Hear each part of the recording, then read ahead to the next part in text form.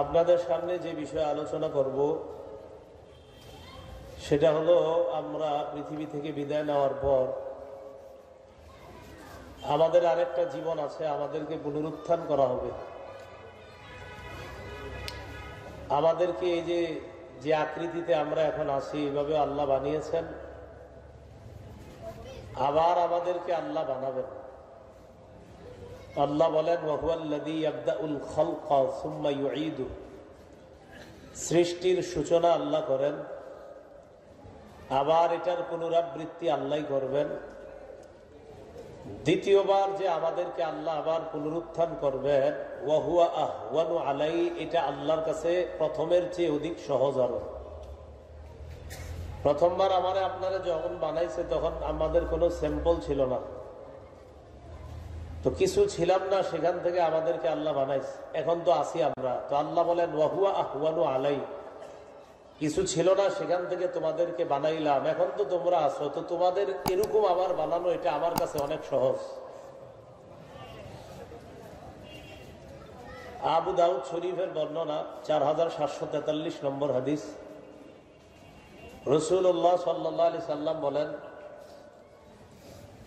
কুল্লু ইবনি আদম তাকুলুহুল আরদ ইল্লা আজাবাদ দাম, আদম সন্তানের পুরা দেহটা মাটি খেয়ে ফেলবে, শুধু পিছনের হাড়টা, একটা হাড় আছে, ওই হাড় ছাড়া আর সব খাবে। মিনহু খুলিকা, ওই হাড় দিয়েই আমাকে, আপনাকে, আমাদেরকে সৃষ্টি করা হয়েছে। ওয়াফিহি ইউরাক্কাবু, আবার ওই হাড় থেকেই পুনরায় আবার আমাদেরকে আল্লাহ সৃষ্টি করবেন। তাহলে আমাদেরকে যে হাড় দিয়ে বানানো হয়েছে, সৃষ্টি করা হয়েছে, ওই হাড়টা মাটি খেতে পারবে না। তবে এখানে একটা কথা, মাটি আমাদের সকলের দেহ খেয়ে ফেললেও নবীদের দেহ মাটি খেতে পারে না। আবু দাউদ শরীফের 1047 নম্বর হাদিসে আছে, ইন্নাল্লাহা হাররামা আলাল আরদ আজসাদাল আম্বিয়া, জমিনের উপর আল্লাহ হারাম করেছেন নবীদের দেহ যেন না খায়। নবীদের দেহটা জমিন খেতে পারবে না, এই জমিনের উপর নবীদের দেহ খাওয়া আল্লাহ হারাম করে দিয়েছেন। এটা নবীদের আলাদা বৈশিষ্ট্য, এটা নবীদের মর্যাদা। ইসরাফিল আলাইহিস সালাতু ওয়াস সালাম সিংহায় 2টা ফু দিবে। প্রথম ফুয়ের পর সবাই বেহুশ হয়ে যাবে, আসমান জমিনের সব ধ্বংস হয়ে যাবে। দ্বিতীয় ফুয়ের পর মানুষের হুঁশ ফিরে আসবে। প্রথম ফুয়ের পর সব শেষ হয়ে যাবে। সূরা রহমানের 26 নম্বর আয়াতে আল্লাহ বলেন, কুল্লু মান আলাইহা ফান, এই ভূপৃষ্ঠে যা আছে সব ধ্বংস হয়ে যাবে। সূরা জুমারের 68 নম্বর আয়াতে আল্লাহ বলেন, ওয়া নুফিখা ফিস সূর, সিংহায় প্রথম ফু দেওয়া হবে। ফাসাইকা মান ফিস সামাওয়াতি ওয়া মান ফিল আরদ ইল্লা মান শা আল্লাহ, আসমান জমিনে যারা আছে তারা সবাই বেহুশ হয়ে যাবে, আল্লাহ যাদেরকে চান তারা ছাড়া সবাই বেহুশ হয়ে যাবে। সুম্মা নুফিখা ফীহি উখরা, সিংহায় আরেকটা ফু দেওয়া হবে। ফাইদা হুম কিয়ামুন ইয়ানজুরুন, সব মানুষ কিয়ামতের মাঠে দাঁড়াবে, দেখতে থাকবে। সূরা ইয়াসিনের 49 থেকে 51 নম্বর আয়াতে আল্লাহ বলেন, মা ইয়ানজুরুনা ইল্লা সাইহাতান ওয়াহিদাতান তাখুযুহুম ওয়া হুম ইয়াখসিমুন, মানুষ অপেক্ষা করছে এক মহানাদের বিকট এক আওয়াজের অপেক্ষা করছে, যা তাদেরকে পাকড়াও করবে, এমন অবস্থায় তারা ঝগড়া করবে। হুজুররা খালি কয় কিয়ামত কখন আসবে, খালি কয় কিয়ামত আসবে, কিয়ামত আসবে। আচ্ছা কখন আসবে? ঝগড়া চলবে, কবে আসবে, কখন হবে, এরকম ঝগড়া হয় মানুষের মাঝে। আল্লাহ বলেন, ঝগড়া চলার মাঝেই আসে পড়বে কিয়ামত, তাদেরকে পাকড়াও করে ফেলবে। ফালা ইস্তাতিউনা তাওসিয়া, ওসিয়ত করার সুযোগ পাবে না। ওয়ালা ইলা আহলিহিম ইয়ারজিউন, পরিবারের কাছে আবার ফিরে যাওয়ারও সুযোগ পাবে না। এটা হলো প্রথম ফুয়ের পর। ওয়া নুফিখা ফিস সূর, এবার আরেকটা ফু দিবে। ফাইদা হুম মিনাল আজদাতি ইলা রাব্বিহিম ইয়ানসিলুন, কবর থেকে সবাই উঠে তাদের রবের দিকে রওনা করবে। সূরা ইয়াসিনের 52 নম্বর আয়াতে আল্লাহ বলেন, এরা কবর থেকে উঠা বলবে, ক্বালু ইয়া ওয়াইলানা মান বা'আথানা মিন মারকাদিনা হাযা, তারা বলবে আমাদেরকে কে আমাদের আরাম স্থল থেকে, শয়ন স্থল থেকে এখানে উত্থিত করলো, এরকম বলতে থাকবে। ইসরাফিল আলাইহিস সালাতু ওয়াস সালাম সিংহায় দুটি ফু দিবেন, দুই ফুয়ের মাঝে ব্যবধান কত হবে? সহিহ বুখারীর বর্ণনা 4814 নম্বর হাদিসের বর্ণনা। আবু হুরায়রা রাদিয়াল্লাহু তাআলা আনহু বলেন, বাইনান নাফখাতাইনি 40, দুই ফুয়ের মাঝে ব্যবধান হবে 40। আবু হুরায়রা রাদিয়াল্লাহু তাআলা আনহুর বর্ণনা, তিনি বলেন রাসূলুল্লাহ সাল্লাল্লাহু আলাইহি সাল্লাম বলেছেন দুই ফুয়ের মাঝে ব্যবধান হবে 40। ছাত্ররা জিজ্ঞাসা করলেন 40 ইয়াওমান, 40 দিন? তিনি জবাব দিলেন আবাইতু, আমি জানি না। ছাত্ররা প্রশ্ন করলেন 40 সানাতান, 40 বছর? তিনি জবাব দিলেন আবাইতু, আমি জানি না, আমার জানা নাই। ছাত্ররা প্রশ্ন করলেন 40 শাহরা, তাহলে কি 40 মাস? তিনি জবাব দিলেন আবাইতু, আমার জানা নাই। দুই ফুয়ের মাঝে ব্যবধান, নবী বলছে 40, আমার শুধু এতটুকু জানা আছে 40। এটা কি বছর না মাস না দিন, এটা আমার জানা নাই। এটা সাহাবী আবু হুরায়রা রাদিয়াল্লাহু তাআলা আনহুর বক্তব্য। তিনি বলেন নবী শুধু বলছে 40, এটা কি বছর না মাস না দিন, এটা আমার জানা নাই। সিংহায় যখন ফু দেওয়া হবে, সর্বপ্রথম ফুটা কে শুনবে? মুসলিম শরীফের বর্ণনা 2940 নম্বর হাদিস। আমাদের মাদ্রাসার পাঠ্যপুস্তক অনুসারে, পাশে একটা দাওরা হাদিস মাদ্রাসা আছে না, এই মাদ্রাসার পাঠ্যপুস্তক পুরাতন নুসখা অনুযায়ী মোট হাদিস সংখ্যা হবে 3033টা। এই অনুযায়ী 2940 নম্বর হাদিস। রাসূলুল্লাহ সাল্লাল্লাহু আলাইহি সাল্লাম বলেন, এই নাম্বারটা মোবাইলের সাথে মিলবে না। এই যে আপনার মুসলিম শরীফের যেটা বললাম, আপনাদের পকেটে যেটা আছে মুসলিম শরীফের অ্যাপস, ওটাতে মোট হাদিস সংখ্যা আছে 7453টা। দেখেন তো, এটা মিলবে না, এটা আন্তর্জাতিক নাম্বার না। মাদ্রাসা যেটা, এটা ওয়ার্ল্ড আল রকমুল আলমী, এটা হলো আন্তর্জাতিক নাম্বার। রাসূলুল্লাহ সাল্লাল্লাহু আলাইহি সাল্লাম বলেন সুম্মা ইউনফাখু ফিস সূর, সিংহার মধ্যে ফু দেওয়া হবে। লা ইয়াসমাউহু আহাদুন ইল্লা আসগা লিতা ওয়া রাফা লিতা, যেই আওয়াজটা শুনবে ওই ব্যক্তি ঘাটটা নোয়াবে একবার, আবার উঠাবে।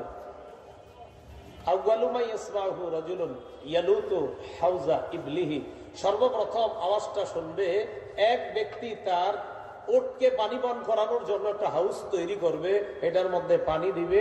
ফালা ইয়াসকি ফিহি, ওটকে পানি পান করানোর জন্য ওটটাকে নিয়ে পানি পান করাবে। ওই মুহূর্তে তার কানে ইসরাফিলের সিংহার আওয়াজ আসবে। ফায়াসআকু, লোকটা বেহুশ হয়ে যাবে। ফায়াসআকুন নাস, এইভাবে অন্যান্য সবাই বেহুশ হয়ে যাবে। তাহলে সর্বপ্রথম আওয়াজটা যে শুনবে ছিল ওই ব্যক্তি যে তার ওটকে পানি পান করানোর জন্য একটা হাউস তৈরি করবে সে। সহিহ বুখারীর বর্ণনা 6506 নম্বর হাদিস, কিতাবুর রিকাব, কবল হওয়া অধ্যায়, বাবু তুলুইশ শামসি মিন মাগরিবিহা, সূর্য পশ্চিম দিক থেকে উদয় হওয়া, এই শিরোনাম ইমাম বুখারী রাহমাতুল্লাহি আলাইহি একটা শিরোনাম আনছেন। قال رسول الله صلى الله عليه وسلم لا تقوم الساعة حتى تطلع الشمس من مغربها। রাসূলুল্লাহ সাল্লাল্লাহু আলাইহি সাল্লাম বলেন, সূর্য পশ্চিম দিক থেকে যতক্ষণ উদয় না হবে ততদিন কিয়ামত হবে না। ফাইদা তালাআত ওয়া রাআহা الناس আমানা মান ফিল আরদি কুল্লুহুম আজমাউনা, সূর্য একদিন পশ্চিম দিক থেকে সত্যি সত্যি উঠে যাবে। এই পৃথিবীতে যারা থাকবে সবাই সূর্যটা পশ্চিম দিকে দেখবে, দেখা সবাই ঈমান আনবে। সবাই কি আনবে? হিনা যালিকা লা ইয়ানফাউ নাফসান ঈমানুহা লাম তাকুন আমানাত মিন ক্বাবলু আও কাসাবাত ফি ঈমানিহা খায়রা। নবীজি কোরআনের একটা আয়াত তেলাওয়াত করে বললেন, সূর্য পশ্চিম দিক থেকে দেখার পর যারা ঈমান আনবে সেদিন তাদের ঈমান কোনো কাজে আসবে না। ঈমান আনার পর যদি নামাজ রোজা হজ যাকাত সব করে, রাসূল বলেন কোনো কাজে আসবে না। কারণ আল্লাহ কোরআনে বলছে সূর্য পশ্চিম দিক থেকে ওঠার পর সবাই ইমান আনে আর ভালো কাজ করে, তখন আর ইমান কাজে আসবে না। আমার নবী কত বলল তোমাদেরকে যে সত্যি সূর্য একদিন পশ্চিম দিক থেকে উঠবে, তোমরা বিশ্বাস করলা না। আর যখন উঠেই গেল তখন সব আস্তিক নাস্তিক যা আছে সবাই বলতেছ হা হা নবীর কথা তো সঠিক। আস্তিক যারা আল্লাহ বিশ্বাসী তারা তো বিশ্বাসই করবে, কিন্তু যারা বিশ্বাসী না এরাও সেদিন বিশ্বাস করবে, আরে নবীর কথা তো সঠিক, কেন এখন বিশ্বাস করেন নাই কেন? তো সূর্য পশ্চিম দিক থেকে যখন উঠবে সবাই ইমান আনবে, আল্লাহ বলেন ইমান কাজে আসবে না। তো এরপরে কিয়ামতটা কত দ্রুত হয়ে যাবে। সবাই চোখ বন্ধ করে খোলেন তো, তাড়াতাড়ি চোখ বন্ধ করবেন আর খুলবেন, খোলেন, পলক ফালাবেন খুলবেন। আমি একজনকেও দেখি নাই বন্ধ করছেন, কিন্তু আসলে করছেন, এর মানে আমি বুঝতে পারি নাই। আমার এখানে আশেপাশে মঞ্চে অনেকে করছে, কিন্তু আমি দেখি নাই, বুঝতে পারি নাই। তাহলে এই যে চোখের পলক বুঝি নাই, সূরা নাহলের ৭৭ নম্বর আয়াতে আল্লাহ বলেন ওয়ামা আমরুস সাআতি ইল্লা কালামহিল বাসর, কিয়ামতের বিষয়টা চোখের পলকের মতো ঘটে যাবে। চোখের পলক, এই যে আপনার চোখের পলক ফালাইলাম আমরা, কেউ বুঝি নাই। আল্লাহ দেখেন কি বলে আমরুস সাআতি ইল্লা কালামহিল বাসর আও হুয়া আকরাব, না না চোখের পলক তো এটা তো সহজ। আল্লাহ বলে এর চেয়ে আরো তাড়াতাড়ি ঘটে যেতে পারে কিয়ামত, আও হুয়া আকরাব, আরো তাড়াতাড়ি। ইন্নাল্লাহা আলা কুল্লি শাইইন কাদির, আল্লাহ বলেন আল্লাহ সর্ব বিষয়ের উপর ক্ষমতাবান। রাসূলুল্লাহ সাল্লাল্লাহু আলাইহি সাল্লাম বলেন ওয়ালা তাকুমান্নাস সাআ ওয়া ক্বাদ ইনসারাফার রাজুলু বিলাবানি লিকহাতিহি ফালা ইয়াতআমু, এক ব্যক্তি পাত্রের মধ্যে উটনির দুধ দহন করে পাত্রের মধ্যে নিবে, নেওয়ার পর এই দুধটা মুখে নিতে পারবে না, এর আগে কিয়ামত হয়ে যাবে। ওয়ালা তাকুমান্নাস সাআ ওয়া ক্বাদ নাশারা আর-রাজুলানি সাওবাহুমা বাইনাহুমা ফালা ইয়াতাবায়ানিহি ওয়ালা ইয়াতবিয়ানি, ক্রেতা বিক্রেতা কাপড় কেনা বেচা করার জন্য কাপড় খুলবে ক্রেতা আর বিক্রেতা। নবী বলেন ফালা ইয়াতাবায়ানিহি, ক্রেতা বিক্রেতা তাদের বিক্রয় কাজটা সম্পাদন করতে পারবে না। ওয়ালা ইয়াতবিয়ানিহি, কাপড়টা বটতেও পারবে না, এর আগে কিয়ামত হয়ে যাবে। কাপড় বটতেও পারবে না, কিয়ামত হয়ে যাবে। ওয়ালা তাকুমান্নাস সাআ ওয়া ক্বাদ রাফা'a আহাদুকুম উকলাতাহু ইলা ফিহি ফালা ইয়াতআমুহা, তোমাদের কেউ কেউ খাবারের লোকমা মুখের কাছে নিবে, মুখের ভিতর গলায় নিতে পারবে না, এর আগে কিয়ামত হয়ে যাবে। খাবার মুখের এখানে নিবে, খাবে, ইসরাফিলের সিংহার ফুয়ের আওয়াজ এসে যাবে, এইভাবে নিবে, নেওয়ার পর মুখেও দিতে পারবে না, এর আগে কিয়ামত হয়ে যাবে। কিয়ামত হবে, কথাটা চূড়ান্ত সত্য কথা। কবে হবে আল্লাহ জানে। বলেন কিয়ামত হবে, এটা সত্য। কবে হবে কে জানে? হ্যাঁ, কোন এক শুক্রবারে হবে। বলেন কবে, কিবারে হবে? কোন এক শুক্রবারে হবে।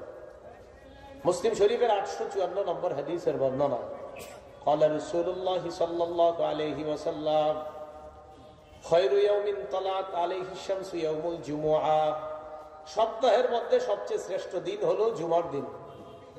ফিহি খুলিকা আদম, জুমার দিন আদম নবীকে সৃষ্টি করা হয়েছে।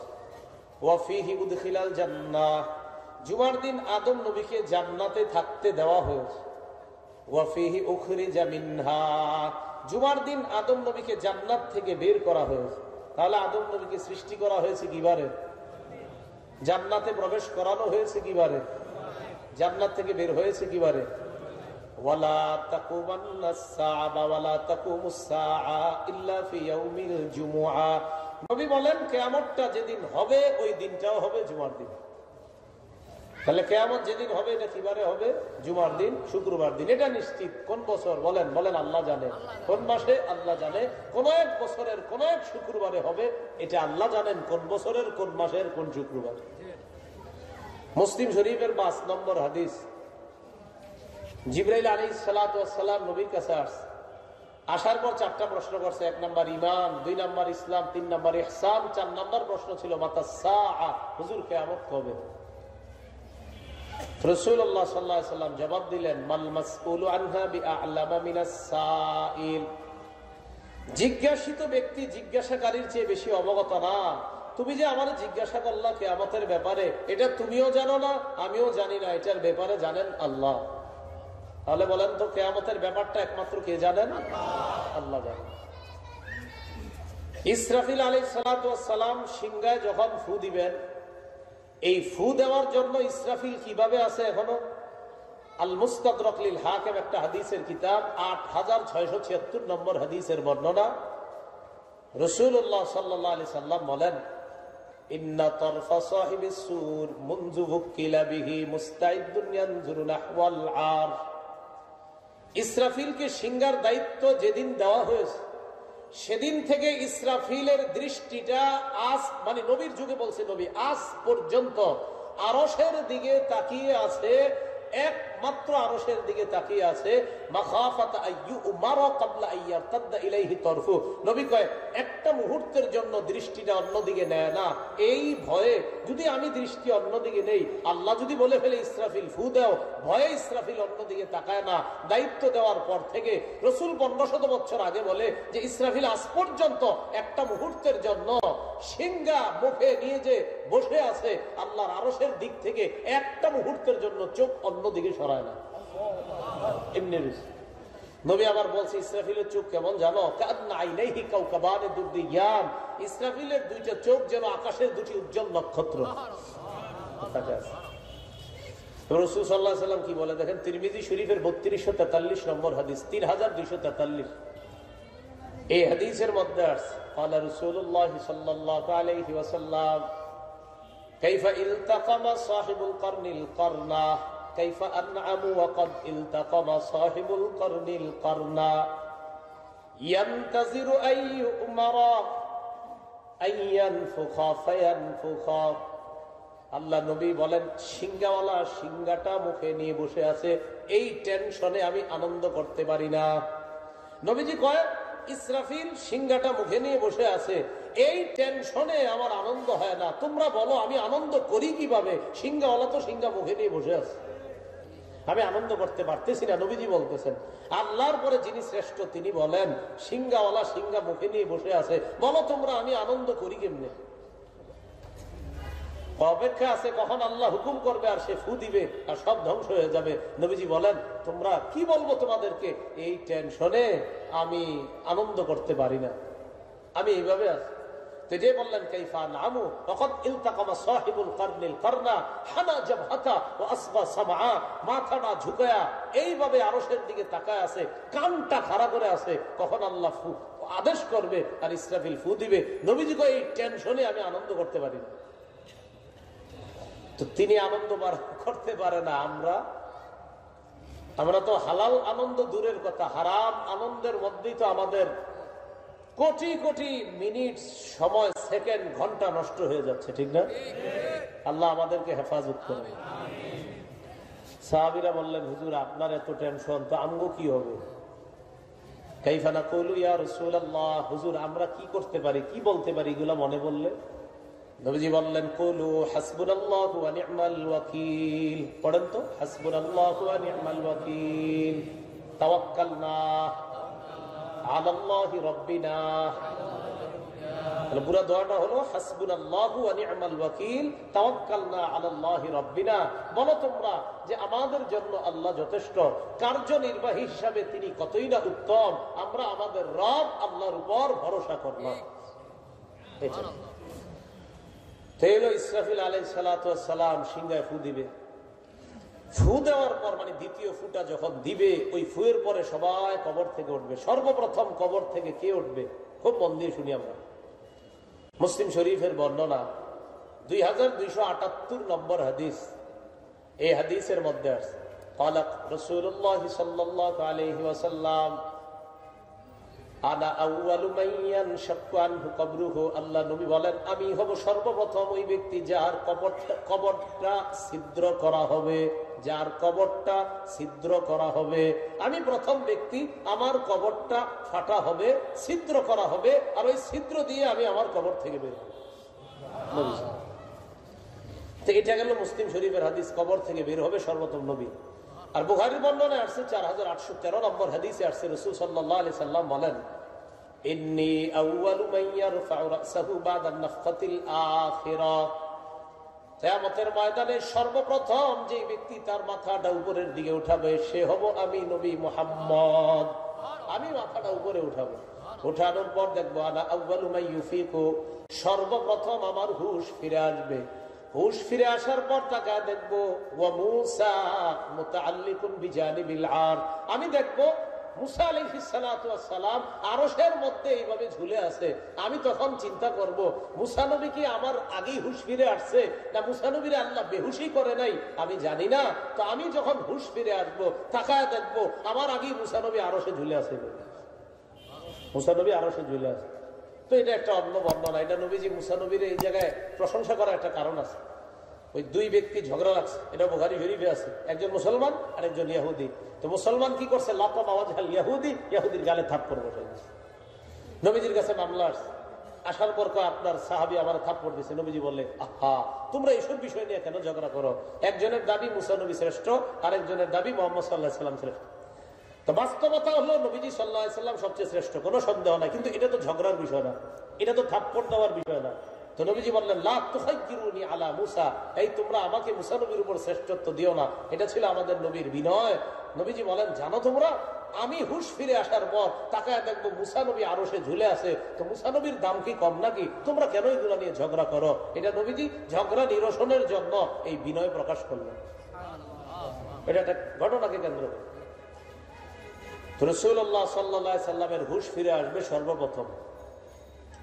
হুশ ফিরে আসার পর কিয়ামতের ময়দানে মানুষগুলা যখন উঠবে, কেমনে উঠবে?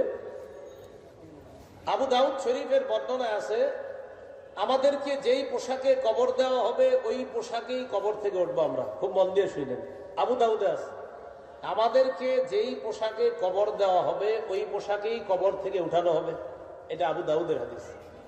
সহিহ বুখারীর বর্ণনা ইন্নাকুম মাহশুরুনা হুফাতান উরাতান গুরলা, কিতাবুর রিকাব কমলহ অধ্যায়ের মধ্যে আসছে আল্লাহ রাসূল সাল্লাল্লাহু আলাইহি সাল্লাম বলেন কিয়ামতের ময়দানে তোমাদেরকে খালি পায়ে খালি শরীরে কাপড় ছাড়া খতনাবিহীন উঠানো হবে। তাহলে বুখারীর হাদিসে আছে হাসরের ময়দানে তোমাদের পায়ে জুতা থাকবে না, শরীরে কাপড় থাকবে না, খতনাবিহীন তোমাদেরকে উঠানো হবে। আর আবু দাউদ শরীফের হাদিসে আছে কবর থেকে কাপড় সহ উঠানো হবে। তাহলে এখন কই যাবো আমরা বলেন? হ্যাঁ, যারা পকেটে উস্তাদ নিয়ে ঘুরেন সারাদিন, পকেটে কি নিয়ে ঘুরেন? জবাব দেন আমার। আপনাকে পকেটেও আছে দুটোটা হাদিস আছে, অনেকের পকেটে আছে, এই দুটোটা হাদিস অনেকের পকেটে আছে। তাহলে এবার বলেন উস্তাদ দরকার আসেনি? বলেন উস্তাদ দরকার আসেনি? এই যুগে তো আপনারা শুধু ইলেকট্রনিক মিডিয়ায় উস্তাদ, বাস হুজুর ফেসবুকে যেটা করবো এটাই ঠিক, শেষ। এই বেচারারা মাদ্রাসায় 12 বছর পড়াশোনা করে আর আপনারা একদিনই সব মাসালা হল হয়ে যায়। কি টেনশনের বিষয়! হ্যাঁ, কেউ 12 বছর, কেউ 16 বছর পড়াশোনা করে, করার পর টেনশনে পড়ে যে আমি মাসালাটা কি বুঝছি না বুঝি নাই। আর আপনারা কত সুন্দরভাবে 2 মিনিটে বুঝে ফেলেন সব। কি এক আশ্চর্যের ব্যাপার! আবু দাউদের বর্ণনার মধ্যে আসছে কাপড় সহ কবর থেকে উঠবে, বুখারীর বর্ণনা আসছে শরীরে কাপড় থাকবে না। দুই হাদিস দুই রকম হয়ে গেল, অথচ আমার নবীর দুইটি কথাই সত্য। এটা কেমনে সম্ভব? তো এবার বুঝেন কেমনে সম্ভব। এটা বুঝার জন্য উস্তাদ লাগে, যে আমাদের উস্তাদরা আমাদেরকে শিখিয়ে দিচ্ছে যে নবীজির দুটো হাদিসই সঠিক। কবর থেকে কাপড় সহ উঠানো হবে, এটাও সঠিক। হাসরের ময়দানে শরীরে কাপড় থাকবে না, এটাও সঠিক। মাঝখানে একটা জিনিস বুঝলেই তো বুঝাই যায়, তোমরা বুঝে বেছে ফেলতে পারো। তো আমরা বলছি হুজুর কি মাঝখানে, এটাই তো বুঝাই দেন। বুঝো নাই? কবর থেকে উঠানো হবে কাপড় সহ, আর হাসরের মাঠে কাপড় থাকবে না। তো এটা বুঝো না কেন? কবর থেকে উঠানোর পর দুনিয়াবি পোশাকটা আল্লাহ খুলে ফেলে দিবে, এরপর শরীরে কাপড় থাকবে না। এই কাপড় ছাড়া হাসরের মাঠে সবাই উপস্থিত হবে। এটা হলো মাঝখানের কথাটা, যে উঠানো হবে কাপড় সহ, কিন্তু দুনিয়াবি কাপড়টা খুলে ফেলা হবে। খুলে ফেলার পর সবাই হাসরের মাঠে গিয়ে জমা হবে, তখন কারো শরীরে কাপড় থাকবে। এবার বুঝে আসছে সবার? তাহলে উঠানো হবে কাপড় সহ, উঠানোর পর কাপড়টা খুলে ফেলা হবে, তো তখন তো আর কাপড় নাই। তো এই কাপড় নাই যখন বলবো তখন বুখারীর হাদিস আবার ঠিক আছে। তো আল্লাহ পাক রব্বুল আলামিন কোরআনে বলছে কামা বাদানা আউওয়ালা খালকিন নুঈদু, আমি মানুষকে কিয়ামতের ময়দানে ওরকম ভাবে আবার মানুষকে পুনরাবৃত্তি ঘটাবো মানুষের, যেইভাবে মায়ের পেট থেকে দুনিয়াতে এনেছিলাম। মায়ের পেট থেকে আমরা যারা আসছি পায়ে জুতা ছিল? 2 জন বললেন, অন্যদের ছিল জুতা? আচ্ছা, কাপড় ছিল শরীরে? খতনাবিহীন ছিলাম না সবাই?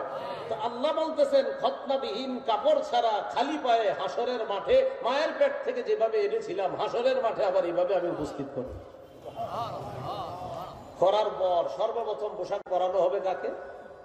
ইন্না আউওয়ালাল খালাইকি ইউকসা ইয়াউমাল কিয়ামাতি ইব্রাহিম আলাইহিস সালাতু ওয়াস সালাম। সর্বপ্রথম ইব্রাহিম আলাইহিস সালাতু ওয়াস সালামকে পোশাক পরানো হবে। কোন নবীকে? ইব্রাহিম।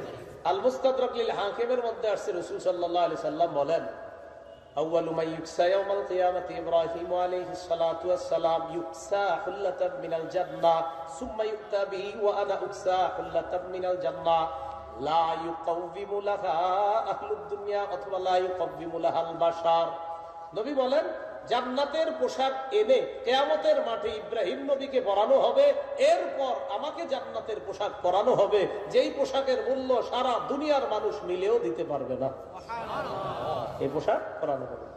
আম্মা জান আয়েশা সিদ্দিকা রাদিয়াল্লাহু তাআলা আনহা নবীজির বললেন হুজুর শরম করবে না, মানুষের শরীরে পোশাক থাকবে না? যেটা আপনাদের অনেকের মাথায় এসে গেছে যে হুজুর এটা কেমন কথা যে পোশাক থাকবে না, শরম করবে না? নবীজি বললেন আয়েশা ওই দিনের ব্যাপারটা ধারণারও বাহিরে, তোমার তো ধারণায় আসছে যে শরম করবে। সেদিন মানুষ নিজেদেরকে নিয়ে এত টেনশনে থাকবে পাশের জনের শরীরে পোশাক আছে না নাই এটাও সে দেখার সুযোগ পাবে না। আমরা সবাই সাধারণ মানুষ, ঠিক না? মানুষের মধ্যে অসাধারণ কারা? নবীগণ। কারা বলেন? নবীগণ, যাদের কোনো গুনাহ নাই, মাসুম। রাসূলুল্লাহ সাল্লাল্লাহু আলাইহি সাল্লাম বলেন, সহিহ বুখারীর বর্ণনা 6573 নম্বর হাদিসে, হাদিসের মধ্যে আসছে কিয়ামতের ময়দানে যখন নাকি আল্লাহ পাক রব্বুল আলামিন জাহান্নামের উপর দিয়ে পুলটা তৈরি করবে, বিহি কালালিব, এই কিয়ামতের মাঠ আর জান্নাত এর মাঝখানে জাহান্নামটা, এর উপর দিয়ে পুল সিরাত তৈরি করা হবে। বুখারীতে ইমাম বুখারী শিরোনাম আছেন বাবুস সিরাত জিসরু জাহান্নাম। পুল সিরাতটাই হবে জাহান্নামের উপর দিয়ে পুল, বিহি কালালিব। রাসূলুল্লাহ সাল্লাল্লাহু আলাইহি সাল্লাম বলেন ওই পুলের উপর অসংখ্য অগণিত কাঁটা থাকবে, লা ইয়ালামু কদরা ইযামিহা ইল্লাল্লাহ। কাঁটা কত বড় হবে আল্লাহ ছাড়া কেউ জানে না। এই পুল দেখা দুআউর রাসূলি ইয়াউমা ইযিন আল্লাহুম্মা সাল্লিম আল্লাহুম্মা সাল্লিম, এই পুল দেখা সব রাসূলরা সেদিন বলবে আল্লাহ বাঁচাও আল্লাহ বাঁচাও। কারা বলবে? আমরা না, আমরা না, রাসূলরা। কারা বলবে? রাসূলরা যদি বলে আল্লাহ বাঁচাও আল্লাহ বাঁচাও, আমার আপনার পেরেশানিটা কেমন হতে পারে? হ্যাঁ, রাসূলরা বলবে আল্লাহুম্মা সাল্লিম আল্লাহুম্মা সাল্লিম, আল্লাহ বাঁচাও আল্লাহ বাঁচাও, আল্লাহ নিরাপত্তা দাও। আদম নবী তো 3 বার বলবে নফসি নফসি নফসি, নূহ নবী 3 বার বলবে। সহিহ বুখারী 4712 নম্বর হাদিস, ইমাম বুখারী কিতাবুত তাফসিরে বাবু যুররিয়াত মান হামালনা মা নূহ ইন্নাহু কানা আবদান শাকুরা, একটা শিরোনাম আনছে তোমরা তাদের সন্তান যাদেরকে নূহ নবীর সাথে আমি কিস্তিতে চড়িয়েছি। ওখানে আনছেন আদম নবী মানুষকে বলবে আমি সুপারিশ করতে পারবো না, আমি নিজে নিজের মুক্তি চাই। 3 বার বলবে, 3 বার। আমি এই কথাটা কেন বললাম? একটু আমারে আপনারা একটু টেনশনে আনেন না যে আমার আপনার অবস্থাটা কি হবে। তো সেদিন কিয়ামতের ময়দানে যখন এই অবস্থা হবে, 3 শ্রেণীর মানুষের 3 রকম অবস্থা হবে। বলেন কিয়ামতের মাঠে কয় শ্রেণীর মানুষ? 3 শ্রেণী। আরো আছে অনেকগুলো। কাফের, গুনাহগার, ইমানদার, মুত্তাকি ইমানদার। কাফের, গুনাহগার, ইমানদার, মুত্তাকি ইমানদার। কাফের, গুনাহগার, ইমানদার আর মুত্তাকি ইমানদার। কাফেরের অবস্থা কি হবে? আল্লাহ পাক রব্বুল আলামিন বলেন সূরা মাআরিজের 43-44 নম্বর আয়াত, আল্লাহ বলেন ইয়াউমা ইয়াখরুজুনা মিনাল আজদাসি সিরাআন কাআন্নাহুম ইলা নুসুবি ইউফিদুন। কাফেররা কবর থেকে বের হবে এমন অবস্থায় দ্রুততার সাথে বের হবে, দেখলে মনে হবে যেন তারা একটা লক্ষ্যস্থলের দিকে ছুটে চলছে। যেমনি ভাবে আল্লাহ ছাড়া অন্য খোদাদের দিকে দ্রুত ছুটে চলতো, এইভাবে তারা সেদিন তাদের লক্ষ্যস্থলের দিকে ছুটে চলবে। এইভাবে মনে হবে দৌড়াবে। মুহতিঈনা, হতবিহ্বল থাকবে। মুকনিঈ রুউসাহুম, মাথাটা উপরের দিকে থাকবে। লা ইয়ারতাদ্দু ইলাইহিম তারফুহুম, দৃষ্টি একবারও নিজের দিকে আসবে না, খালি টেনশনে থাকবে আর মনে হবে কোথায় যেন যায়। দুনিয়াতে অসংখ্য অগণিত খোদাদের কাছে দৌড়াইতো যেভাবে, ওইভাবে দৌড়াবে। আল্লাহ পাক রব্বুল আলামিন বলেন খাশিআতান আবসারুহুম তারহাকুহুম জিল্লাহ, চক্ষুগুলা থাকবে ভীত শঙ্কিত। তারহাকুহুম যিল্লা, লাঞ্ছনা তাদেরকে ঢেকে ফেলবে, ছেয়ে ফেলবে। যালিকাল ইয়াউমুল্লাযী কানূ ইউআদুন। আল্লাহ বলেন এটাই সেই দিন যেই দিনের ওয়াদা তোমাদেরকে দুনিয়াতে করা হয়েছিল। আমার নবী কত বুঝাইলো তোমাদেরকে, তোমরা কি জবাব দিলা? লাকাদ ওয়াইদনা হাদা নাহনু ওয়া আবাউনা মিন ক্বাব। এই নবীগণ, আমগরে এত কিছু বুঝায়েন না তো। আমাদের বাপদাদাদেরকে আপনারা এরকম কিয়ামতের কথা বলছেন, কই আমাদের বাপদাদাদের তো তেমন কোনো সমস্যা হয় নাই। এই কাফেরদের জবাব ছিল এরকম, মারা গেছে তো আমাদের বাপদাদাদের উপর কই কিয়ামত তো আসে নাই। ইনহাদা ইল্লা আসাতিরুল আউয়ালিন, এগুলা পূর্ববর্তীদের মিথ্যা গল্প কাহিনী। বলেন নাউজুবিল্লাহ। আমাদের বাপদাদাদের কোনো সমস্যা হয় নাই, আপনারা এগুলা কি করেন? আমাদের মুসলমানদের মধ্যে একদল আছে জানেন, এদেরকে যখন আপনি বলবেন ভাই এই আমলটা বেদাত, এটা করবেন না, মনে করেন রহিম মেটালের খতিব সাহেব বললো এগুলা বেদাত, এগুলা করেন না, তখন খতিব সাহেবের জুমার পরে কয় হুজুর আমাদের বাপদাদারা তো গত 49 বছর যাবত এগুলা করছে, এগুলা কি খারাপ কাজ করছে? মনে রাখবেন, বাপ দাদাদের ভুলের দোহাই জানা দেয় এই স্বভাবটা কাফেরদের স্বভাব। আর ঠিক বললেও ঠিক, না বললেও ঠিক। কোরআন খোলেন আজকে, কোরআনে সব জায়গায় কাফেররা বলছে ওয়াজাদনা আবাআনা কাযালিকা ইয়াফআলুন, ওয়াজাদনা আবাআনা লাহা আবিদিন, ওয়াজাদনা আবাআনা। সব জায়গায় কাফেরদের জবাব, আমাদের বাপ দাদারা তো এটা করেছে, আমাদের বাপ দাদারা তো এটাই করেছে, আমাদের বাপ দাদাদেরকে এটা করতে পেয়েছি। ইব্রাহিম নবী জবাব দিলেন লাকাদ কুনতুম ওয়া আনতুম ওয়া আবাউকুম ফি দালালিম মুবিন। তোমরাও পথভ্রষ্ট, তোমাদের বাপ দাদারাও পথভ্রষ্ট। ঠিক ঠিক। এই জন্য ভুল আমার আব্বা করলেও ভুল, আমার দাদা করলেও ভুল, আমার পরদাদা ভুল, ভুল যে করবে এটা ভুল, ভুল, ভুল সঠিক হয় না। বেদাতিদেরকে যখন বেদাতি ধরাই দিবেন যে ভাই আপনি কি করেন বেদাত, আমগো দাদাই কি ভুল করে গেছে? আর আশ্চর্য কথা, কাফেররা বলতো আমগো বাপ কি ভুল করছে, কাফেররা বলতো। তো কাফেররা কিয়ামতের মাঠে হ্যাঁ জানতো না, ওরকমই জবাব দিত, জানতো না। এই তো ভালো কথা বলছেন, জানতো না। এই তো আপনি একটা সুন্দর কথা বলছেন, জানতো না বললেন। তো আমার বাবা যদি কোনো জিনিস না যায় না, ভুল করে, ভুল নি, আরে ভুল নি, তো ভুলটা স্বীকার করতে হবে। এটা হলো মূল কথা, যে আমার বাপ জানতো না, ভুলটা করছে, এটা কইতে হবে যে আব্বা ভুল করেছে, দোয়া করি আব্বাকে যেন আল্লাহ মাফ করে দেয়, কিন্তু ভুল স্বীকার করতে হবে। এটা হলো মূল কথা। আমগো সমস্যাটা হইলো, দেখবেন যারা বেদাত করে এদের দলিল হইল ওমকে করেছে, তোমকে করেছে। আর যারা হক কাজ করবে তাদের দলিল কোরআন সুন্নাহ। হক যারা হকের মধ্যে আছে তারা বলবে আল্লাহ বলেছেন, নবী বলেছে। যারা বেদাতি তারা বলবে ওমকে বলেছে, তোমকে বলেছে। হকপন্থী যারা তারা বলবে আল্লাহ বলেছে, নবী বলেছে। এই কথাগুলো সহজ কথাগুলো বুঝতে চায় না। সূরা কমারের 6-7 নম্বর আয়াতে আল্লাহ বলেন ফাতাওয়াল্লা আনহুম ইয়াওমা ইয়াদউদ দাঈ ইলা শাইইন নুকুর। নবী আপনি তাদের থেকে মুখ ফিরায় নেন, এড়িয়ে চলেন, এগুলোর দাম দিয়েন না এত। ইয়াওমা ইয়াদউদ দাঈ ইলা শাইইন নুকুর, কাফেরদেরকে জানা দেন এমন এক দিনের অপেক্ষা করতে বলেন যেদিন ইয়াওমা ইয়াদউদ দা, একজন আহ্বানকারী তাদেরকে আহ্বান করবে ইলা শাইইন নুকুর, ভয়াবহ পরিণতির দিকে। খুশআন আবসারুহুম, চক্ষুগুলা থাকবে ভীত সন্ত্রস্ত। ইয়াখরুজুনা মিনাল আজদাস, কবর থেকে বের হবে কাআন্নাহুম জারাদুম মুনতাশির, দেখলে মনে হবে বিক্ষিপ্ত পঙ্গপাল, এরকম ভয়াবহ অবস্থা হবে। সূরা হজের 1 নম্বর 2 নম্বর আয়াতে আল্লাহ কিয়ামতের ভয়াবহতাটা শুধু উল্লেখ করে বলেন ইয়া আইয়ুহান নাসু তাকু রাব্বাকুম ইন্না জালজালাতাস সাআতি শাইউন আযীম। হে মানুষ, তোমরা তোমাদের রবকে ভয় করো, নিঃসন্দেহে কিয়ামতের প্রকম্পন এটা একটা ভয়ানক ব্যাপার। ইয়াওমা তারাউনাহা তাযহালু কুল্লু মুরদিআতিন আম্মা আরদাআত ওয়া তাদাউ কুল্লু যাতি হামলিন হামলাহা। সেদিন তুমি দেখবে প্রত্যেক দুগ্ধ দানকারিনী মা তার দুগ্ধ পুষ্য শিশুকে দুধ পান করানোর কথা ভুলে যাবে। আসলে ভুলে যাবে ব্যাপারটা এমন না, কিয়ামতের ভয়াবহতা তারে ভুলিয়ে দিবে তার যে একটা দুধের বাচ্চা আছে, ভুলে যাবে। রাতে যতবার চিৎকার দেয় ততবার দুধ খাওয়ায় মা, কিন্তু সেদিন ভুলে যাবে।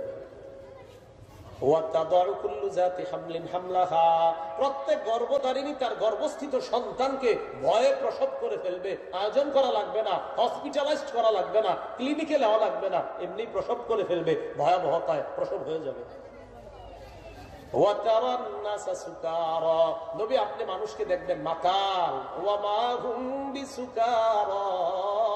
আল্লাহ কয় আসলে এরা মাতাল না, কিয়ামতের ভয়াবহতা এদেরকে মাতালের মতো বানায় দেবে। আল্লাহ আমাদেরকে হেফাজত করেন, আল্লাহ যেন আমাদেরকে আরশের ছায়াতলে জায়গা দান করেন। তো এই জায়গায় আল্লাহ বললেন কিয়ামতের বিষয়টা হবে ভয়ানক। সূরা মুতাফফিফিনে কি বলে দেখেন, আলা ইয়াজুন্নু উলাইকা আন্নাহুম মাবউসুন লিয়াউমিন আযীম ইয়াওমা ইয়াকুমুন নাসু লিরাব্বিল আলামিন। এরা কি মনে করে না তাদেরকে যে আবার পুনরুত্থান করা হবে, যেদিন বিশ্বজগতের রবের সামনে সবাই দাঁড়াবে, লিয়াউমিন আযীম, এক ভয়াবহ দিনে। বলেন তো কিয়ামতের দিনটা যে ভয়াবহ, ঘোষণাটা স্বয়ং কার? আল্লাহ বলছেন ভয়াবহ। সূরা ইনসান বা সূরা দাহারের 27 নম্বর আয়াত আল্লাহ বলেন, ফাযালিকা ইয়াউমাইযি ইয়াউমুন আসীর আলাল কাফিরিনা গায়রু ইয়াসীর। সেই দিনটা হবে কঠিন দিন। আচ্ছা বলেন তো কিয়ামতের দিনটা কঠিন দিন কথাটা কার? আল্লাহ। তো আল্লাহ কোন বিষয়কে যদি কঠিন বলে, এটা কেমন কঠিন হবে? খুব কঠিন হবে। হ্যাঁ, সূরা মুদ্দাসসিরের 9-10 নম্বর আয়াতে আল্লাহ বলেন, সূরা মুদ্দাসসিরের 9-10 নম্বর আয়াতে আল্লাহ বলেন, ফাযালিকা ইয়াউমাইযি ইয়াউমুন আসীর আলাল কাফিরিনা গায়রু ইয়াসীর। দিনটা হবে কঠিন। আর সূরা ইনসানের 27 নম্বর আয়াতে আল্লাহ বলেন, ওয়ায়াযারুনা ওয়ারাআহুম ইয়াওমান সাকিলা। মানুষ তাদের আড়ালে এমন দিনকে উপেক্ষা করে যেই দিনটা হবে ভারী। কিয়ামতের দিনকে আল্লাহ ভয়াবহ বললেন, কিয়ামতের দিনকে আল্লাহ ভারী বললেন, কিয়ামতের দিনকে আল্লাহ কঠিন বললেন।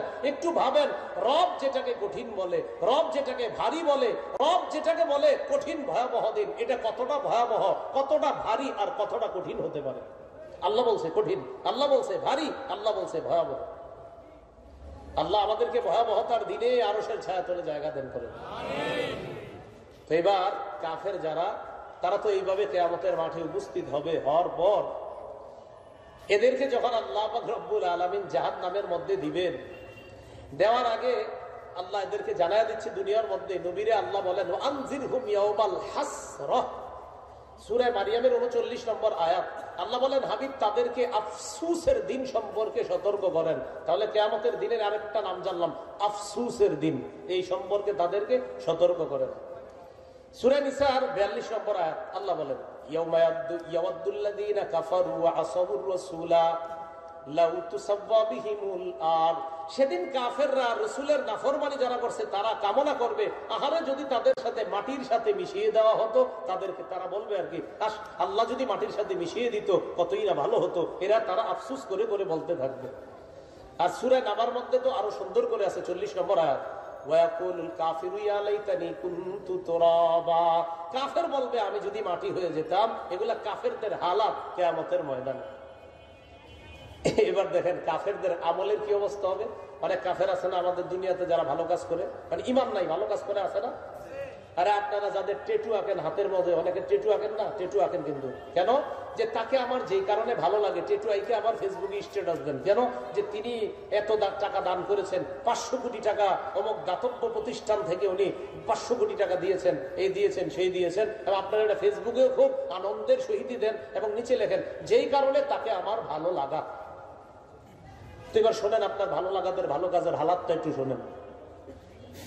সূরা নূরের 39-40 নম্বর আয়াতে আল্লাহ বলেন, আগে শোনেন, এই এলাকার আপনারা যারা মাশাআল্লাহ এখন অনেক শহরের মধ্যে আছেন, প্রচন্ড রোদের মধ্যে গ্রামগঞ্জে দেখবেন বিশাল বড় হাওর অথবা বিশাল বড় আপনার জমিন, আশেপাশে ঘর বাড়ি নাই, অনেক পরে ঘর বাড়ি, প্রচন্ড রোদ্রের মধ্যে এইভাবে তাকাইবেন, দেখবেন দূর থেকে রোদ্রের মধ্যে কি জানি চিকচিক করে, মনে হচ্ছে পানি পানি।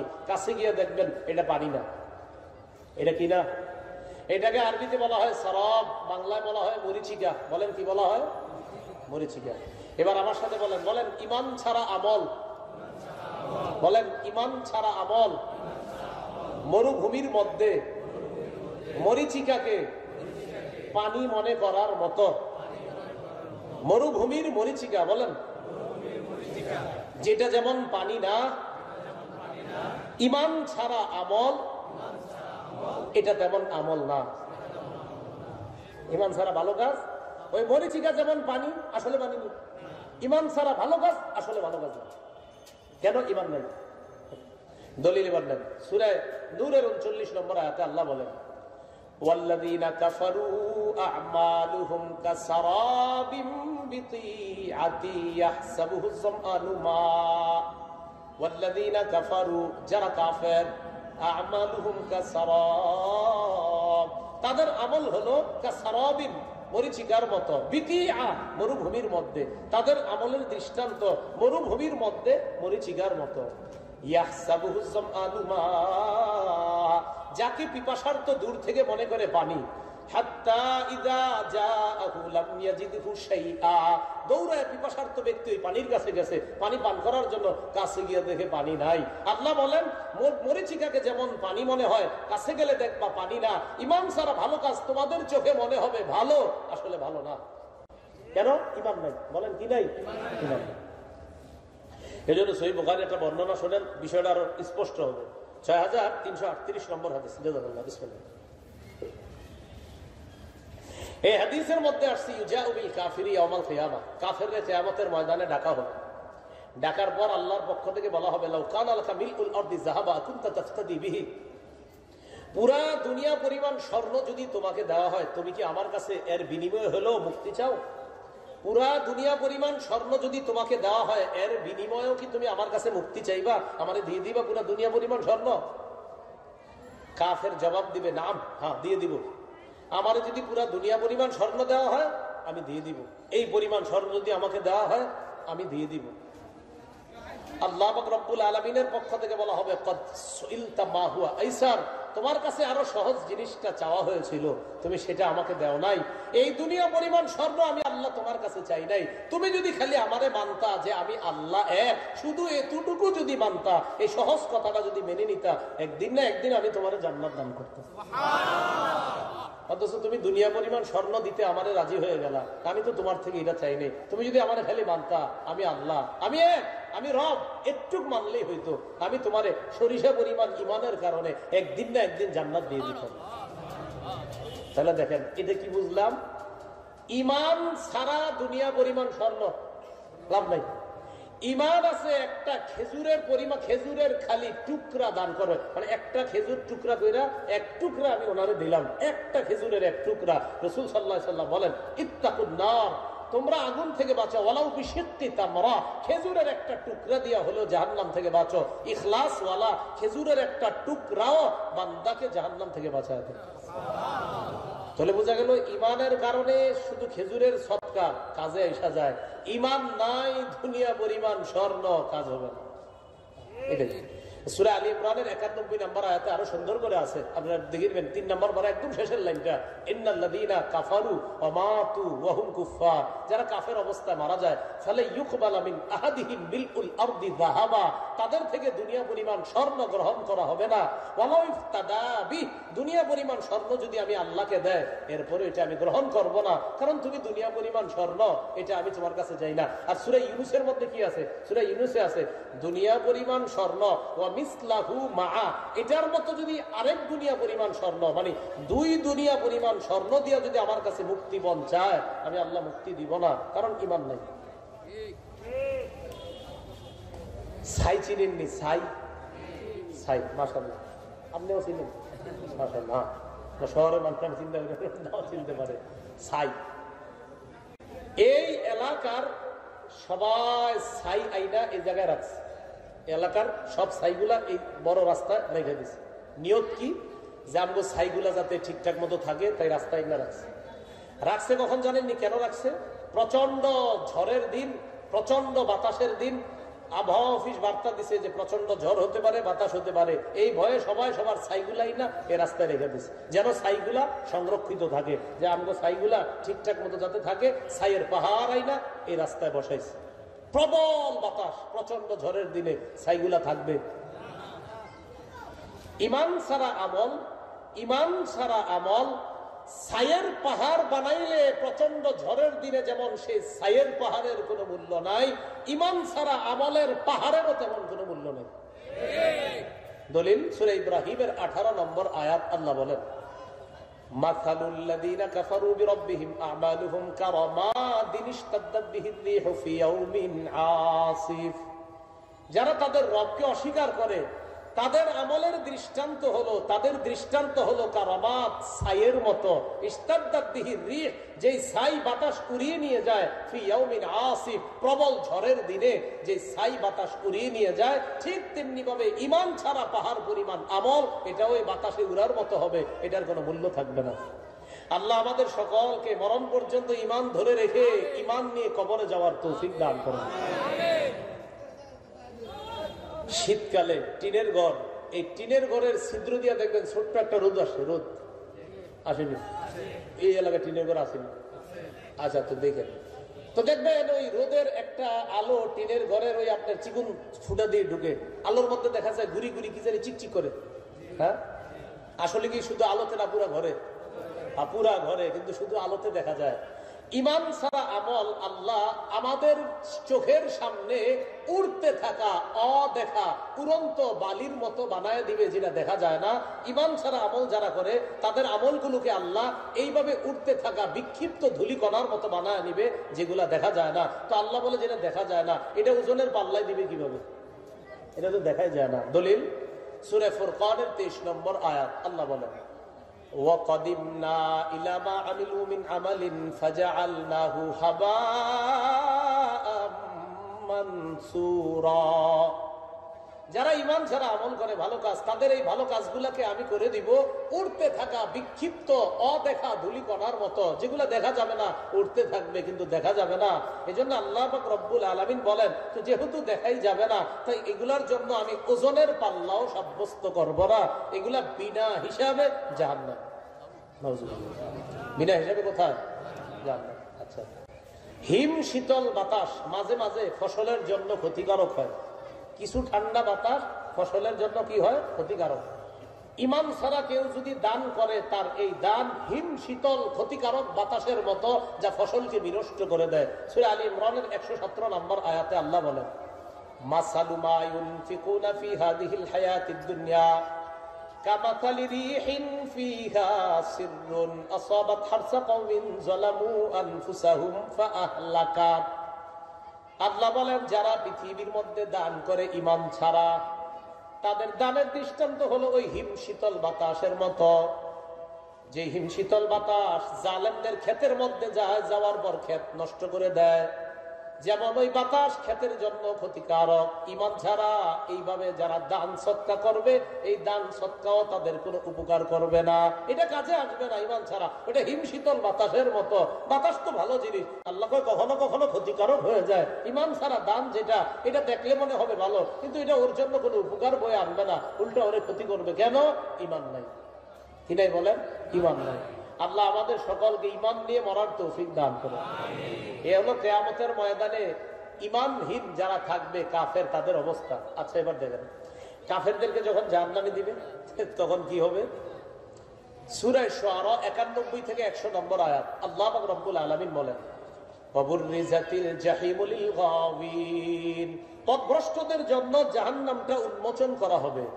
ওয়াকিলা লাহুম আইনা মা কুনতুম তা'বুদুনা মিন দুনিল্লাহ, তাদেরকে বলা হবে, তোমরা আল্লাহ ছাড়া যাদের ইবাদত করতা, ওই খোদাগুলা কোথায়? কাফেরদেরকে বলা হবে, আল্লাহ ছাড়া যাদের ইবাদত করতা, ওই খোদাগুলা কোথায়? মুশরিকদেরকেও বলা হবে, আল্লাহ ছাড়া যাদের ইবাদত করতা, খোদাগুলা কোথায়? সহিহ বুখারীর বর্ণনা, 6573 নম্বর হাদিসের বর্ণনা। কিয়ামতের ময়দান যখন বিচার ব্যবস্থা শুরু হবে, আল্লাহ পাক রব্বুল আলামিন প্রথমে একটা ঘোষণা দিবেন, কঠিন ঘোষণা, মান কানা ইয়াবুদু শাইআন ফালইত্তাবিহু, দুনিয়াতে যে যার ইবাদত করতা সে তার অনুসরণ করো। যাও যাও, দুনিয়াতে যে যার ইবাদত করতা তার অনুসরণ করো। ফায়াত্তাবিউ মান কানা ইয়াবুদু শামসা, সূর্যের পূজা যারা করত সূর্যের অনুসরণ করবে। ওয়ায়াত্তাবিউ মান কানা ইয়াবুদুল কমার, চন্দ্রের পূজা যারা করত তারা চন্দ্রের অনুসরণ করবে। ওয়ায়াত্তাবিউ মান কানা ইয়াবুদুত তাওয়াগিন, আল্লাহ ছাড়া যারা অসংখ্য অগণিত খোদা বানায়া তাদের ইবাদত করত, তারা তাদের অনুসরণ করবে। কিয়ামতের মাঠে যাও যাও, তখন কি করবে জানেন? ওই খোদা আর খোদার অনুসারী যারা, দুই শ্রেণীকে জাহান্নামে দিবে। দুই শ্রেণী না, এরা তো নিজেরা বানাইছে, মনে করেন একটা খোদা বানাইছে, বানায় কাফের মুশরিকরা, যে ইব্রাহিম আলাইহিস সালামের জামানায় উনি আইসা সব খোদাগুলা ভেঙে দিছে। তো এই যে খোদাগুলা, এইগুলা সহ আর যারা ইবাদত করত সবগুলারে জাহান্নামে দেওয়া হবে। জাহান্নামে দেওয়ার পর কি হবে? قالوا وهم فيها يخطئون فكبكبوا فيها هم والغاوون وجنود ابليس اجمعون। খোদার অনুসারী সবগুলারে মাথা নিচের দিকে দিয়ে জাহান্নামে দেওয়া হবে। ইবলিসের অনুসারী সৈন্যদেরকেও জাহান্নামে দেওয়া হবে। قالوا وهم فيها يختصمون, জাহান্নামে ঝগড়া করবে আর বলবে তাল্লাহ, আল্লাহর কসম, ইন কুন্না লাফি দালালিম মুবিন, আমরা পথভ্রষ্ট ছিলাম। ইন নুসাব্বিকুম বিরাব্বিল আলামিন। অনুসারীরা খোদাদেরকে বলবে আমরা তোমাদেরকে দুনিয়াতে রবের সাথে সমকক্ষ নির্ধারণ করেছিলাম, আজকে তোমরাও জাহান্নামে আমরাও জাহান্নামী, কাজটা সঠিক করি নাই। ওমা আদাল্লানা ইল্লাল মুজরিমুন, আমাদেরকে পথভ্রষ্ট করেছে অপরাধীরা। ফামা লানা মিন শাফিঈন, আহারে আজকে আমাদের কোনো সুপারিশকারী নাই। ওয়ালা সাদিকিন হামিম, অন্তরঙ্গ কোনো বন্ধুও নাই। এগুলা বলতে থাকবে জাহান্নামে গিয়েও। এবার মিস্টার শয়তান সাহেব কি করবে জাহান্নামে? দেখেন সূরা ইব্রাহিমের 22 নম্বর আয়াত, ওয়াকাল আশ-শাইতানু লাম্মা কুদিয়াল আমর, যখন ফয়সালা হয়ে যাবে তখন শয়তান বলবে তার অনুসারীদেরকে ইন্নাল্লাহা ওয়া'আদাকুম ওয়া'দাল হক, আল্লাহ তোমাদেরকে সঠিক ওয়াদা করেছে। শয়তান বলবে, কে বলবে? বলেন জোরে, কে বলবে? শয়তান কিয়ামতের ময়দানে তার অনুসারীদেরকে বলবে আল্লাহই সঠিক ওয়াদা করেছে তোমাদেরকে। শয়তান বলবে আমি তোমাদেরকে মিথ্যা ওয়াদা করেছি, তাই খেলাফ করেছি। আমি তোমাদেরকে বলেছিলাম সুদ খাও, খাইছো। আমি বলেছিলাম ঘুষ খাও, খাইছো। আমি বলেছি সুদে টাকা বাড়ে, তুমি বিশ্বাস করছো। আমি বলেছি ঘুষে টাকা বাড়ে, তুমি বিশ্বাস করেছো, তাই ঘুষও খাইছো, সুদও খাইছো। আমি বলেছিলাম আল্লাহ ছাড়া এই বিভিন্ন খোদাদের ইবাদত করো, তোমরা করেছো। যা কইছি তাই শুনছো। ইবলিস কি কয়? আমা কানালি আলাইকুম মিন সুলতান, দেখো তোমাদের উপর আমার তেমন কোনো কর্তৃত্ব ছিল না। ও বলো কর্তৃত্ব খাড়া না, কি পরিবার ডিস্টার্ব করে ও। আর তখন কি করবো দেখেন, ইল্লা আন দাউতুকুম ফাসতাজাবতুম লি, আমি শুধু তোমাদের দাওয়াত দিয়েছি, তোমরা আমার দাওয়াত গ্রহণ করেছো। দেখছেন ইবলিস কয় আমি দাওয়াত দিয়েছি, তোমরা আমার দাওয়াত গ্রহণ করেছো। এখন যখন দাওয়াত দিছি, দাওয়াত গ্রহণ করছো। কি দাওয়াত?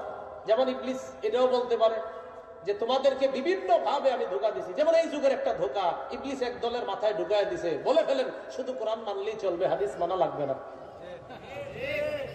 ঠিক কি? আসলেই তো ঠিক। ইবলিস ঢুকায় দিছে এক দলের মাথায়, বলেন শুধু কোরআন মানলে হবে, হাদিস মানা লাগবে না। অথচ ইবলিস ওগরে এটা কেমনে কইব? সূরা হাশরের সাথে আপনার 7 নম্বর আয়াতে আছে, ওমা আতাকুমুর রাসূলু ফাখুযু, নবী যা দেয় তা গ্রহণ করো। ওমা নাহাকুম আনহু ফান্তাহু, নবী যা থেকে নিষেধ করে তা থেকে বিরত থাকো। কোরআনের গবেষক যারা হাদিস অস্বীকার করে, হযরতরা এখনো সূরা হাশরের 7 নম্বর আয়াতে আসে নাই। যখন আসবে তখন বলবো ও আচ্ছা, তাহলে হাদিসও মানতে হবে। তা আমি আমার ভালো ধারণা রাখি সবার প্রতি। আমার কেউ বললে আমি বলি কি, যারা শুধু কোরআন গবেষণা করে বলে কোরআন মানতে হবে, হাদিস মানা লাগবে না, ওরা আসলে সূরা হাশরের 7 নম্বর আয়াতে এখনো আসে নাই। আমি ভালো ধারণা করি আর কি, কয় মানি আমি তো আসে নাই, অর্থাৎ এর আগ পর্যন্ত ওনারা গবেষণা চালাইতেছে, তো এখানে আসলে হয়তো আপনার বুঝে আসবে ওহো কোরআনও মানতে হবে, হাদিসও মানতে হবে। এটা আর কি আমার ভালো ধারণা। ওখানে কিন্তু বলে দিছে এটা কি কয় না কয়, হাদিস মানা লাগবে না, লিখিত হাদিস মানা যাবে না, এই ব্যাপারে আমার লম্বা আলোচনা আছে, লিখিত হাদিস মানা লাগবে কি লাগবে না।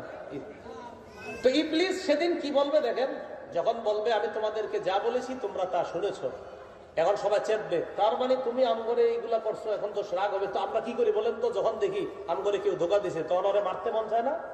ইবলিস বলবে থামো, ফালা তালুমুনি, আমারে কোন তিরস্কার করবা না, ওয়ালুমু আনফুসাকুম, নিজেদেরকে তিরস্কার করো, আমার কথা মানছো কা? কে কইছে মানতে? ইবলিস বলে মা না বিমুসরিফিকুম ওয়া মা আনতুম বিমুসরিফিয়া, আমি তোমাদের ফরিয়াদ শুনবো না, তোমরাও আমার ফরিয়াদ শুনবা না, চলো দুই দল মিলে জাহান্নামে থাকো।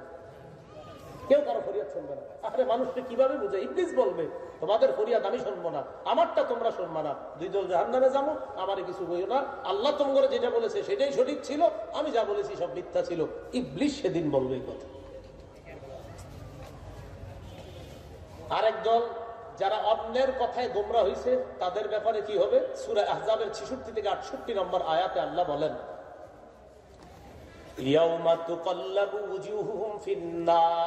যেদিন চেহারা পরিবর্তন হয়ে যাবে আগুনে পুড়ে, ইয়াকুলুনা ইয়া লাইতানা আতা'না আল্লাহ ওয়া আতা'নার রাসূলা, সেদিন বলবে হায় যদি আল্লাহর আনুগত্য করতাম, রাসূলের আনুগত্য করতাম।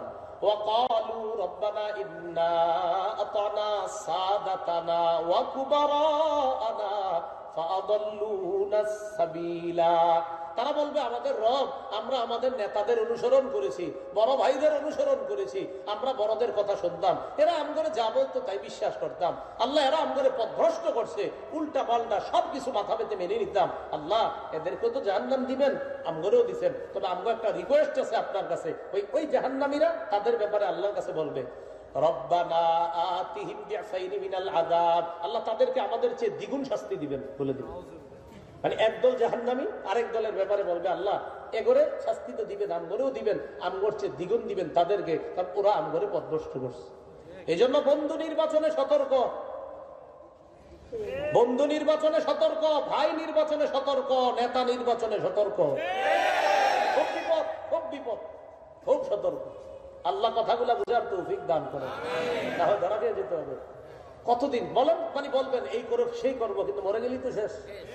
আমি আজকে মারা যাবো, কালকে একদিন, আপনাদের কেউ মারা যাবেন এখন, কালকে একদিন হয়ে যাবে, এটাই সত্য কথা। এইগুলো কাফেরের হালাত। দ্বিতীয় নাম্বার জানি কাদের আলোচনা, 1 ঘন্টা হয়ে গেছে, 60 মিনিটের উপর আলোচনা করি না, 61 মিনিট হয়ে গেছে, বলে ফেলি। হ্যাঁ করি না, এটা নিয়ম নাই আমার। হ্যাঁ 2 নাম্বার ইমানদার গুনাহগার যারা, তাদের ব্যাপারে দোয়া করতে থাকেন। 60 মিনিটের ব্যাপারে কথা আইতে চায় না, কিন্তু দোয়া করতে থাকেন যাতে আসে। 2 নাম্বার ইমানদার গুনাহগার যারা হবে তাদের কি অবস্থা হবে কিয়ামতের মাঠে? মুসলিম শরীফের হাদিস 987 নম্বর হাদিস, স্বর্ণ রূপা যারা দুনিয়ার মধ্যে জমা করছে যাকাত দেয় না, নবী বলেন মা মিন সাহিবি যাহাবিন ওয়ালা ফিদ্দাতিন লা ইউআদ্দি মিনহা হাক্কাহা, যে ব্যক্তি স্বর্ণ রূপা দুনিয়াতে জমা করছে কিন্তু যাকাত দেয় না দুনিয়ার মধ্যে, তাদের এই স্বর্ণ রূপাগুলা কি করা হবে? ও আরেকটু শুনে নেন, আমাদের অনেক মা বোনদের 1 ভরি স্বর্ণ আছে, 2 ভরি স্বর্ণ আছে, 1 ভরি রূপা 2 ভরি রূপা এই জাতীয় আছে। অনেক মা বোনরা মনে করে আমার তো মাত্র 1 ভরি স্বর্ণ, 2 ভরি 1.5 ভরি স্বর্ণ, কিন্তু ওনার আবার ব্যাংকে 60-70 হাজার টাকাও আছে, এটা কিন্তু উনি বলে না। ওনার স্বামী ওনার অ্যাকাউন্টে যে ওনার নামে ওনারে মালিক বানায় দিছে, এরকম আপনার 30-40-50 হাজার টাকার মালিক আছে। কারো কাছে কিছু স্বর্ণ, কিছু রূপা, কিছু টাকা আছে, তিনোটা মিলাইলে যদি 52.5 তোলা সমপরিমাণ এই রূপার সমপরিমাণ অর্থের মালিক হয়, তার উপরও যাকাত আসে। ওলামায়ে কেরামদের থেকে ফতুয়া জেনে নেবেন, কারো কাছে শুধু স্বর্ণ শুধু রূপা, অর্থাৎ কিছু স্বর্ণ কিছু রূপা, আবার কিছু টাকা আছে সেভ আছে প্রভিডেন্ট ফান্ডে অথবা ব্যাংকে টাকা জমা আছে, সবগুলা মিলাইলে 52.5 তোলা রূপার সমপরিমাণ যদি হয়, যাকাত আসবে তার উপর। আমাদের অনেক মা বোনদের উপর এরকম যাকাত আসে, এরা শুধু এইটা ধরে বসে আছে, আমার তো 7.5 ভরি স্বর্ণ নাই তাই যাকাত দেয় না। অনেকে বসে আছে আমার তো 52.5 তোলা রূপা নাই, 7.5 ভরি স্বর্ণের মাসালা কখন? কারো যদি শুধু স্বর্ণ থাকে আর কিচ্ছু না থাকে, তাহলে 7.5 ভরি স্বর্ণ হলে তার উপর যাকাত। কারো যদি শুধু রূপা থাকে আর কিচ্ছু নাই, তার 52.5 তোলা রূপা থাকলে তখন তার উপরে যাকাতের মাসালা। কিন্তু একজনের কিছু স্বর্ণ কিছু রূপা কিছু টাকা আছে, তিনোটা মিলাইলে যদি একটা নেশাবে গিয়ে পৌঁছে, তার উপরে যাকাত ফরজ হয়। এই জন্য অনেকে টেনশনে পড়ে গেছেন, আমার বিবির অ্যাকাউন্টে 8 টাকা রাখবো না, কিন্তু বিবির যে অতীতে মালিক বানাইছেন টাকার, যাকাত দিয়ে দিন। এই ওলামায়ে কেরাম আছে পাশে মাদ্রাসা, হুজুরদের সাথে বসবেন যে হুজুর এরকম এরকম আমার বিবি তো টাকারও মালিক ছিল, স্বর্ণের মালিক ছিল, আমি তো জানতাম না, আমি তো ভাবছিলাম 7.5 ভরি স্বর্ণ হইতে হবো, কিন্তু আপনার বিবি স্বর্ণের মালিক ছিল, টাকার মালিক ছিল। ওলামাদের সাথে বসেন, হিসাব বের করেন, অতীতের বকেয়া যাকাত দেন। যদি না দেন সেক্ষেত্রে কি হবে শুনেন, কিয়ামতের ময়দানে, এটা জাহান্নামে না, কিয়ামতের ময়দানে স্বর্ণ আর রূপাটাকে সুফিহাত লাহু সাফাইহু মিন নার, জাহান্নামের আগুনে গলানো হবে। গলানোর পর উহমি আলাইহা ফি নারি জাহান্নাম, জাহান্নামের আগুনে এটারে গরম করা হবে। গরম করার পর ফাতুকুয়া বিহা জামবুহু ওয়া জাবিনুহু ওয়া যহরুহু, তার পার্শ্ব, তার কপাল আর পিঠের মধ্যে সেক দেওয়া হবে। স্ত্রী যে লন্ডি করে আমাদের কাপড়গুলা, এরকম লন্ডি যেভাবে করা হয় এইভাবে তার কপাল, পার্শ্ব আর পিঠে এইভাবে সেক দেওয়া হবে। কাওয়ায়াকবি কাইয়ান মানে স্ত্রী করা, লন্ডি করা, এটার থেকে মিকওয়া, মিকওয়া মানে স্ত্রী, লন্ড্রি। তো আল্লাহর রাসূল সাল্লাল্লাহু আলাইহি ওয়াসাল্লাম বলেন যে স্বর্ণের যাকাত দেয় না, রূপার যাকাত দেয় না, এটাকে গলানো হবে, পুরানো হবে, গরম করা হবে, তার পার্শ্ব, কপাল আর পিঠের মধ্যে সেক দেওয়া হবে। কুল্লামা বারাদাত, যখন এটা ঠান্ডা হয়ে যাবে, কোনটা ওই গরম জিনিসটা, তখন কি হবে? উঈদাত, আবার গরম করা হবে। ফি ইয়াউমিন, এই শাস্তিটা কিয়ামতের ময়দানে তার একদিন হবে। কয়দিন? বলেন কয়দিন শাস্তি হবে? তো এটা তো ব্যাপার না। কানা মিকদারুহু 50 আলফা সানা, একদিনের পরিমাণ হবে মাত্র 50,000 বছরের সমান। কয় হাজার বছর? মুসলিম শরীফের হাদিসে এমনি আছে ফি ইয়াউমিন। তো ফি ইয়াউমিন যখন দেখছে আমি বলছি তো সহজই তো ইয়াউমিন একদিন, সাথে সাথে আছে কানা মিকদারুহু 50 আলফা সানা। শোনো, এই একদিন মানে 50,000 বছরের সমান শাস্তি চলবে। আর যারা আপনার টাকার যাকাত দেয় না, টাকাওয়ালা আছে না, টাকার যাকাত দেয় না যারা, সহিহ বুখারীর বর্ণনা 4565 নম্বর হাদিস, রাসূল সাল্লাল্লাহু আলাইহি ওয়াসাল্লাম বলেন, মান আতাহুল্লাহু মালান ফালাম ইউআদ্দি যাকাতা, যে ব্যক্তিরে আল্লাহ মাল দিছে কিন্তু যাকাত দেয় না, মুসিলা লাহু মালুহু সুজান আকরা, তার মালটাকে 20 দর টেকু সাপে রূপান্তরিত করা হবে। লাহু জাবিবাতান, দুই চোখের উপর কালো দুইটা কঠিন চিহ্ন থাকবে। ইয়াখুযু বিলিহজি মাতাই ইয়ানি বিশিত্তাইহি, দুই চোয়ালের মধ্যে সাপ তাকে এইভাবে ধরে বলবে, আনা কানজুকা আনা মালুকা, আমি তোমার সেই সম্পদ যে যাকাত তুমি দাও নাই। খাইতে থাকবে। এই হলো আপনার ইমানদার। গুনাহগার যারা, তাদের হালাত হবে, আরো অনেক গুনাহগার আছে, তাদের বিভিন্ন হালাত হবে। 3 মুত্তাকি ইমানদার। সূরা ইউনূসের 62 থেকে 64 নম্বর আয়াতে আল্লাহ বলেন, আলা ইন্না আউলিয়া আল্লাহ লা খাউফুন আলাইহিম ওয়া লা হুম ইয়াহজানুন, শোনো আল্লাহর ওলি যারা, তাদের কোনো ভয় নাই, তাদের কোনো চিন্তা নাই, তারা কোনো পেরেশান হবে না, ভয়ও হবে না, চিন্তাও হবে না। আল্লাহ পাক রব্বুল আলামিন তাদেরকে ভয় ছাড়া, চিন্তা ছাড়া, মানে ভয়ের অবস্থা হবে, চিন্তার অবস্থা হবে, তবে তাদের জীবনে ঘটবে না। যেমন নবীরা বলবে আল্লাহ বাঁচাও, আল্লাহ বাঁচাও, মানে নবীদের সামনেও এটা মনে হবে ভয়াবহ, কিন্তু নবীরা তো ভয় পাবে ঠিক, কিন্তু ভয়ের বাস্তবায়ন তাদের সাথে ঘটবে না। উম্মতরা ভয় পাবে, অনেকে ইমানদার, ভয়ের বাস্তবায়ন আল্লাহ ঘটাবে না। ভয় পাবে, ভয়ের বাস্তবায়ন ঘটাবে না। কারণ আদম নবী পর্যন্ত বলবে নফসি নফসি, কিন্তু তাদের সাথে তো ভয়ের বাস্তবায়ন হবে না। তো আল্লাহ বলেন, যারা মুত্তাকি আল্লাহর ওলি, তাদের ভয় নাই, চিন্তা নাই, তারা কিয়ামতের ময়দানে সুন্দরভাবে জান্নাতে প্রবেশ করবে। তো এবার ইমানদার মুত্তাকি কারা? আল্লাহ বলেন, আল্লাযীনা আমানু ওয়া কানু ইয়াত্তাকুন, আল্লাহর ওলি হলো তারা যারা ঈমান আনে, আল্লাহকে ভয় করে। তাহলে আল্লাহর ওলি হওয়ার জন্য শর্ত হলো ঈমান আনা, আল্লাহকে ভয় করা। বলেন কি আনা? ঈমান আনা, আল্লাহ। কোন রিকশা চালক ঈমানদার, আল্লাহরে ভয় করে। কোন কৃষক ঈমানদার, আল্লাহকে ভয় করে। একটা চা দোকানদার ঈমানদার, আল্লাহকে ভয় করে।